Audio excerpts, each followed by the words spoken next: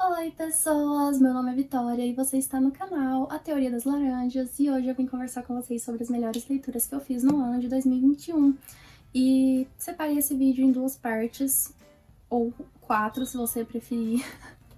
Eu separei os livros dos mangás e separei as melhores das piores leituras, então no final vão ser 4 vídeos sobre mais ou menos esse mesmo assunto. Enfim, aqui a gente vai falar sobre os livros. Vou falar bem rápido, eu não quero que esse vídeo fique longo, sabe por quê? Porque estou com ódio, gravei esse vídeo antes, meu celular acabou a bateria, então ficou gravado pela metade, decidi gravar de novo, né, desde o início, então não vou falar muito a respeito. Vou deixar aí na descrição, né, e nos cards os vídeos, né, que a gente já tem sobre esses respectivos livros, né? Que como eles foram meus favoritos, então a maioria deles já tem vídeo aqui no canal. Não tá em ordem, tá, gente? De melhor pra pior, enfim, tá tudo misturado. O primeiro que eu quero falar é O Fim da Eternidade, do Isaac Asimov. Foi um dos livros mais fantásticos que eu li ano passado, um livro sobre viagem no tempo, que vai fazer a gente questionar um pouco sobre as mudanças que a gente faz, né? E de como isso vai acarretar, né, no futuro. E achei o plot desse livro fantástico, então eu recomendo demais que vocês conheçam aí, já tem vídeo aqui no canal, eu explico um pouco melhor, como eu disse, não vou ficar me detendo sobre cada um desses livros. Quero falar também sobre O Exorcista, do William Peter Blatty, foi simplesmente o melhor livro, né, de terror que eu li ano passado, primeiro livro provavelmente que me provocou medo mesmo, eu sempre vivia aí nesse dilema, procurando algum livro que me provocasse medo, porque eu amo terror, mas livros de terror no geral não me causam medo, né? E eu gostei muito desse livro porque a gente vai ter um embate aqui entre religião e ciência, e eu gosto muito do fato de que o terror dele não é provocado por aparições, né?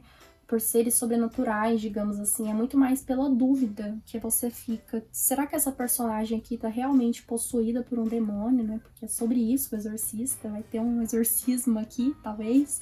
Esse personagem é vítima de uma possessão demoníaca ou tudo é fruto de uma doença psicológica, né?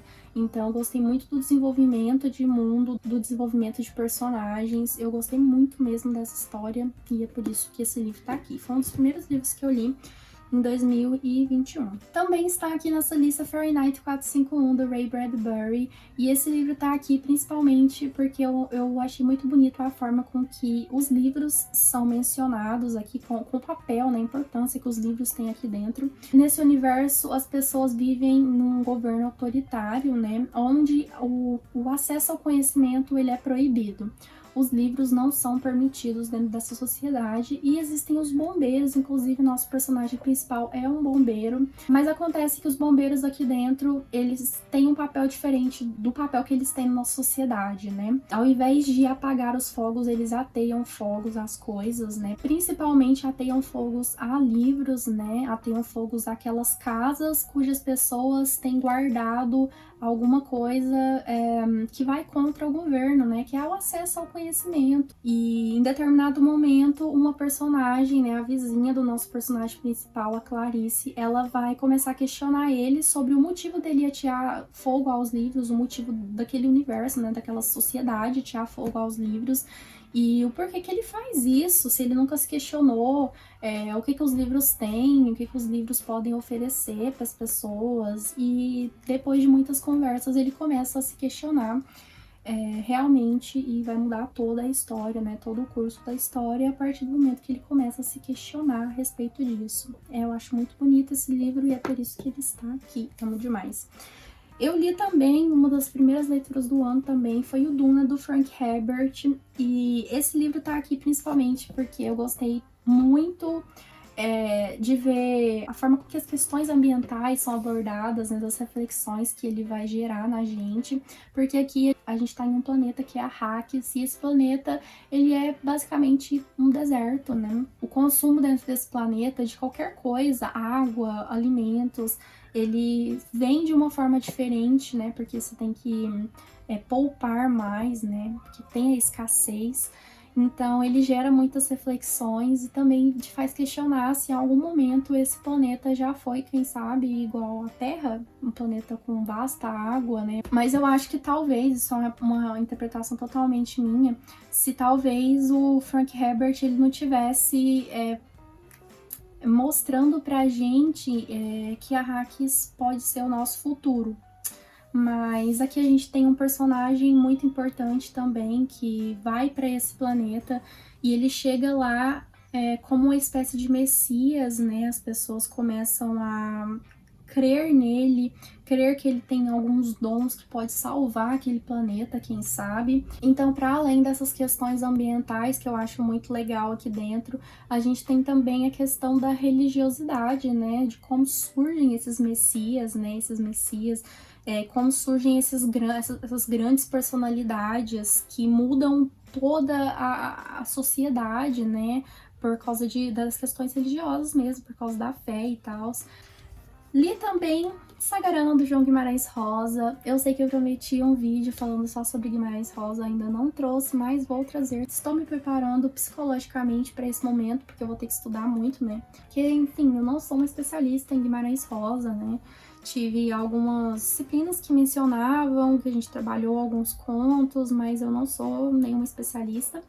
Mas eu venho lendo, né, desde ano passado, eu tô engrenando aí na leitura de Guimarães Rosa. E dos livros que eu li, eu acho que esse foi o que mais me tocou, porque eu gostei de todos os contos, é um livro de contos.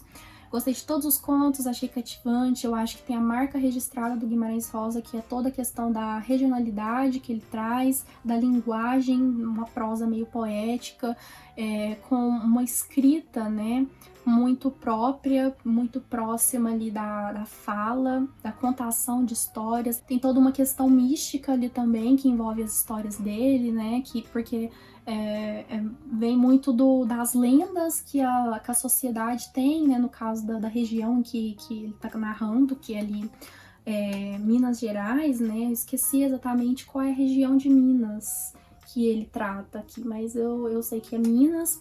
Então vai falar um pouco sobre as lendas que rondam ali, eu acho muito legal ter essa questão mística também.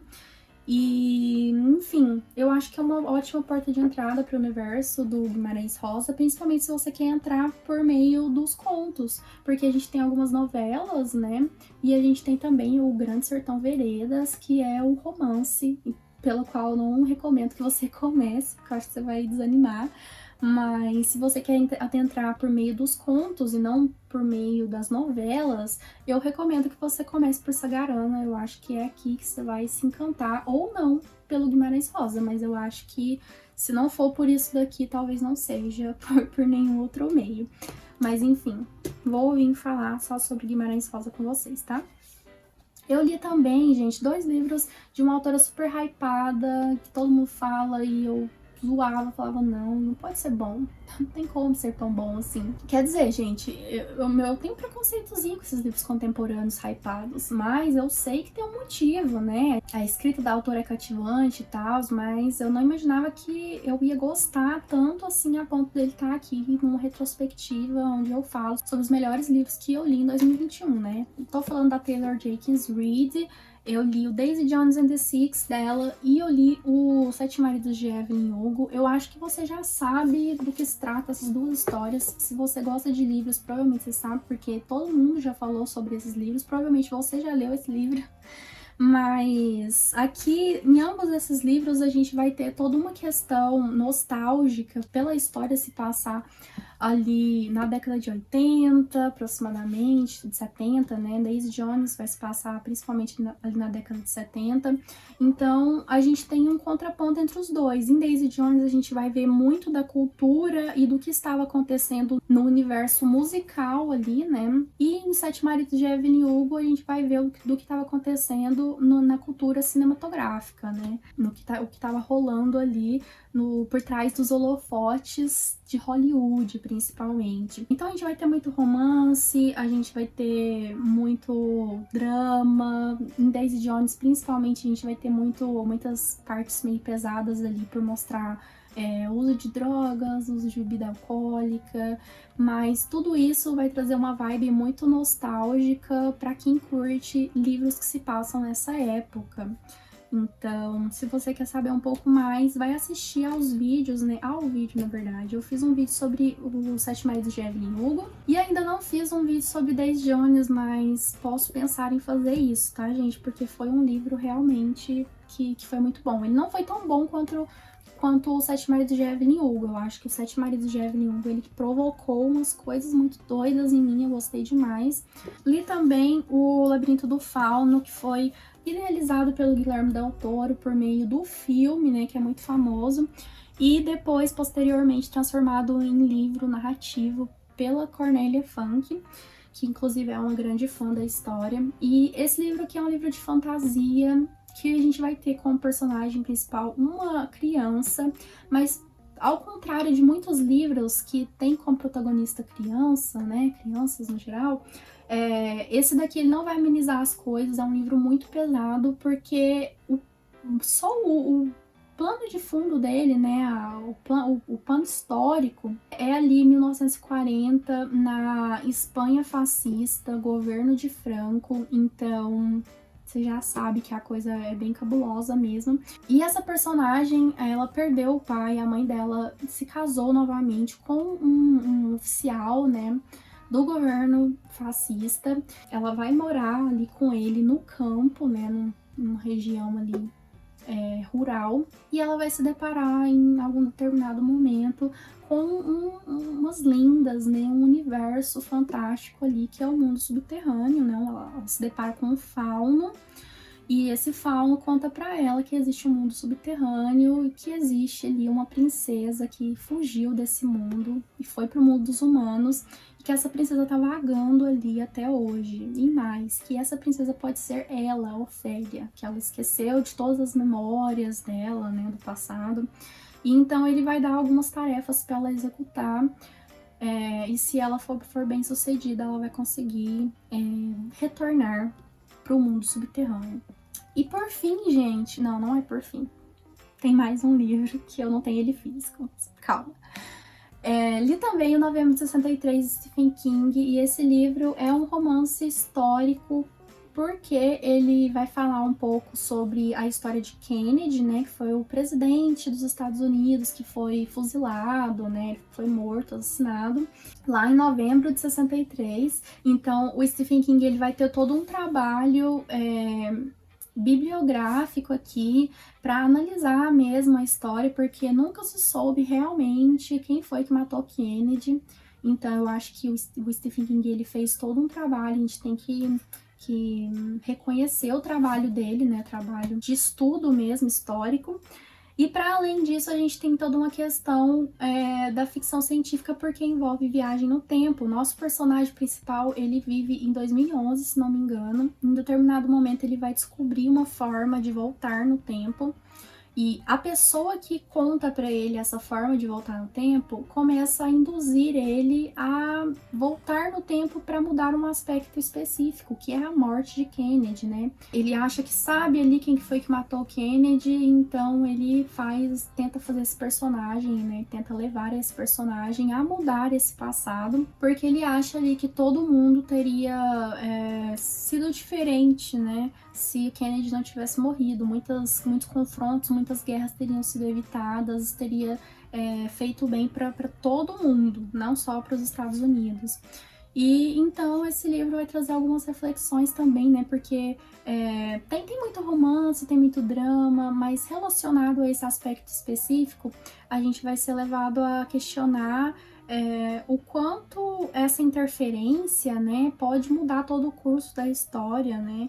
Que a gente acha que tem esse poder nas mãos, né, mudar o passado, né, transformar o futuro, mas a gente não faz ideia do quanto isso pode trazer reações, mudanças, né, catastróficas.